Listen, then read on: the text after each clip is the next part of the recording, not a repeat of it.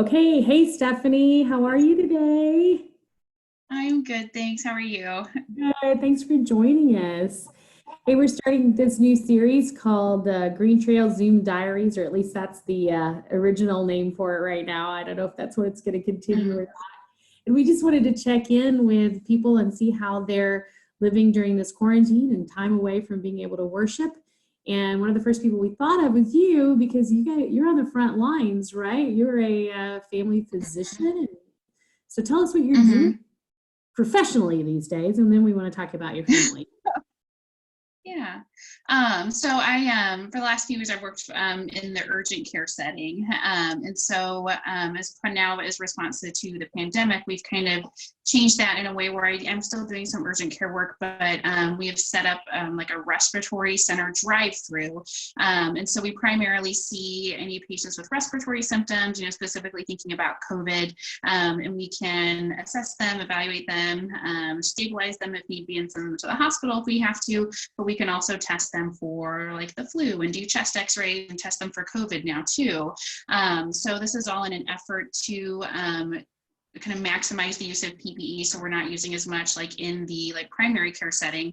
Not a lot of primary care doctors are able to see their patients in person right now, but we are, and so we're helping take that burden off of them. And also having the drive-through outside, the patients are in their cars, the virus dissipates very quickly in open air. So it's kind of a safer setting for us to evaluate them while still in their vehicle. And also we're in full PPE the entire time. So if you have to come face to face with a patient with possible COVID, is probably the safest way to do it. Gotcha. Now, a couple of different things you mentioned there. So you do have what you would consider plenty of PPE, which is protective. Can you make sure Mm-hmm. that we all Um, understand? it's personal protective equipment. And so there's different standards on how much PPE you should use depending on your risk. And so we're kind of in like the medium to high risk zone. So when I suit up to see like a possible COVID patient, I have my N95, I have goggles, a face shield, a scrub hat, and then I have an isolation gown.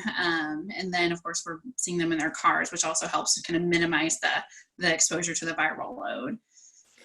Well, okay, great. I'd love to see a picture. Maybe you can text me a Mhm. picture so we can see it. We could share that with Yeah, everybody absolutely. too. Absolutely. Yeah.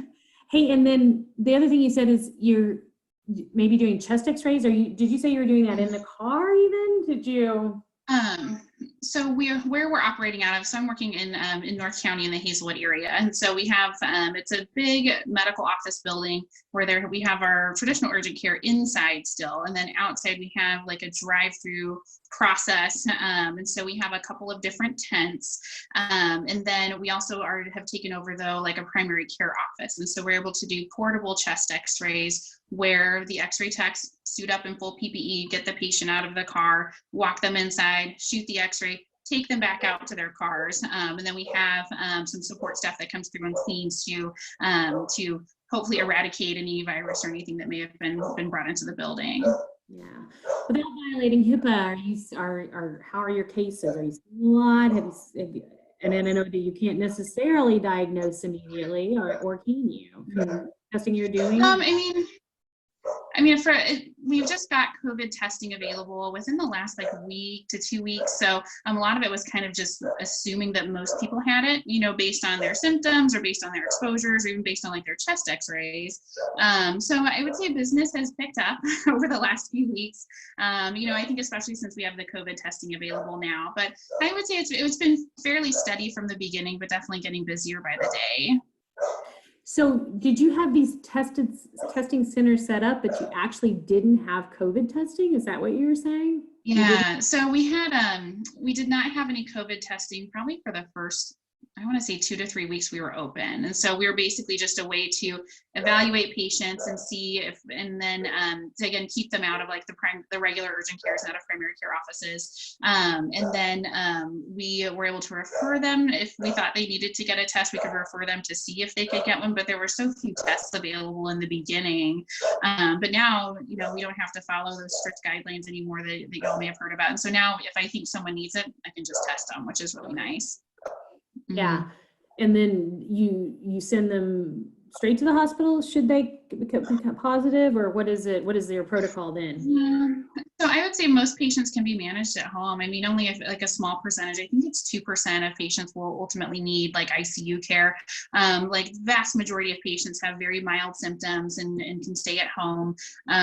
Some come back and see us if they're feeling worse. And actually, so I work for the Mercy Hospital system, and we have a system set up where a nurse will contact any suspected or positive patient for 14 days. So they'll contact them once a day and see how they're feeling. If they're getting better, if they're getting worse. If they're getting worse, then a nurse will actually call them and talk to them and see, do they need to go to the hospital? Do they need to come see someone like me, and decide what to do next? Yeah. Now, in medical school, which you're pretty young, so that wasn't that long ago for you. It was a while.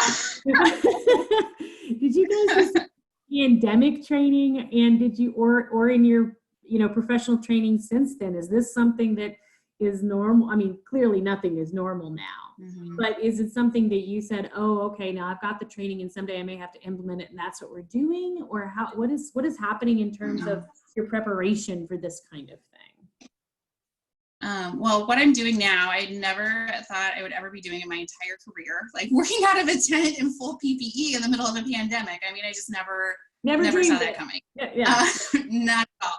I think we had like maybe a 2-hour lecture about like global pandemics and like bioterrorism and things, like when I was in medical school, but it was just very one time, have had nothing else since then.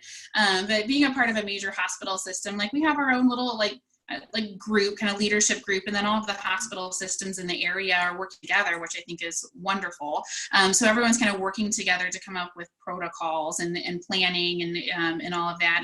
And right now they're talking about, how do we reopen? How do we take care of the patients that kind of have been staying at home but still need, their diabetes follow-up and all of that. So I think it's nice to be a part of a big hospital system so we can kind of move through it together. And we have our local experts who are talking to the state, and, so kind of part of the hierarchy. So I think we've been fairly well informed throughout the whole process, which has been nice.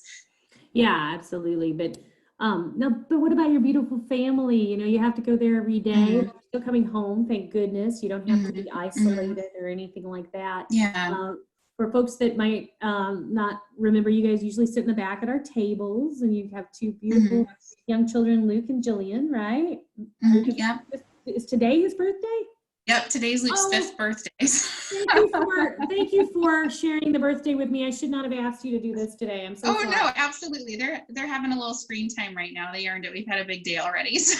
And he wanted a special, is it a cake, or he wanted a special meal? Yes.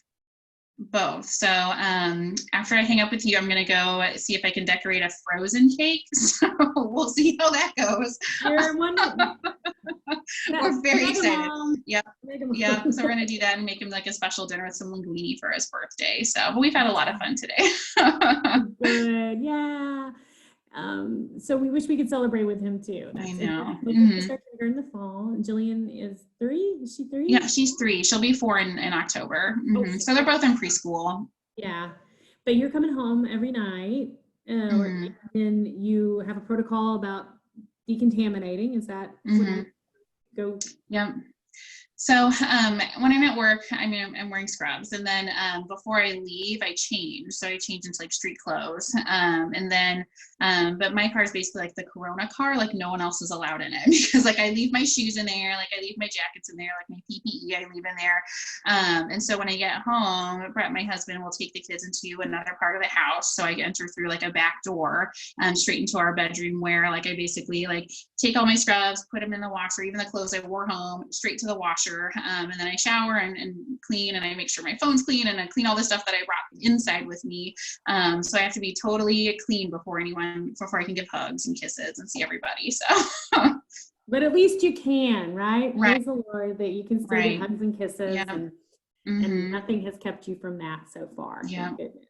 And so, what do you think is coming up for us? Do you think?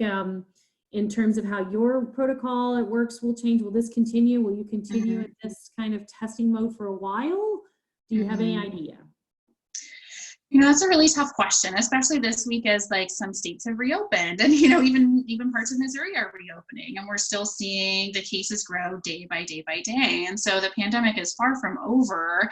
I worked over the weekend in like the regular urgent care and I saw a lot of patients that I think just had like quarantine fatigue is what I was calling it. They just had to get out of the house and do something. And I totally get it. Like I get it too. But I think that that's more of what we're seeing with people starting to go out to the parks more and things like that. So that's what I worry that we're going to start to see cases pick up again as people start to come together more. Because I think that a lot of things reopen before they should have, because we're still seeing a lot of new cases every day.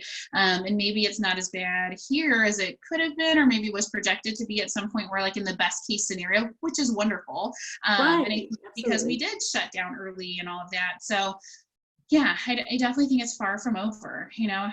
Basically we have no plans for the summer. We just assume we're still going to be social distancing over the summer. My kid's school sent an email today saying, hopefully we'll be in person, in the fall. So hopefully, but really until there's a vaccine and maybe we understand the immunity that we have based on the antibodies that we get from either having it or getting the vaccine.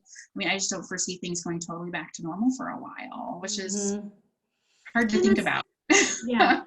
That applies to churches as well. And it's a tough decisions that we have to make in terms of when we come gather together again and the protocols that we have to go to. Now, are you guys getting to worship online with us at all? Is that a part of your days? Yeah, absolutely. So that's been really nice. So sometimes I'll just listen like while I'm cooking dinner. Because, I think there's a lot, and I've kind of unplugged from like the regular news and all of that, because it's just too much. There's just too much going on, and it's so I think it's enough to get through the day to day and focus on the positive as much as we can, because this is our new normal for now. So yeah, and the kids have been super understanding about it. They talk about, when this is over, I want to go to the zoo. When this is over, I want to go see grandma and grandpa. So they get it too. And some days, we all have our tough days. It's okay to have sad days. It's okay to have grumpy days. We talk about a lot around here because it's weird, but it's just kind of the way it is for now. And I don't think it's going to last forever, but I think it's just the way it is for now. Yeah, it could be longer term than shorter term. And I think that's what we're all having to wrap our minds around a little bit.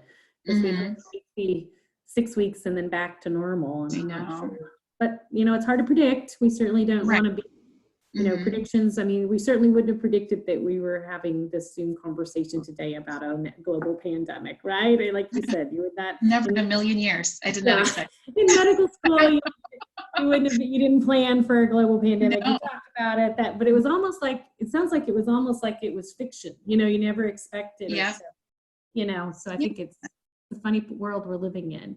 But we're so thank you for your time today, and thank you we enjoy your family so much in worship, and many people may you have to work at least 2 weekends a month, so sometimes you're not with us because of that. So that's important that people always understand that all of us have different things that keep us in church, but we're so glad now that we have the online option for people like you. Yeah, it's really nice. Yeah, and then we miss you guys, and we hope we can see you and hug you. And most of all, tell Luke happy birthday for us. I will.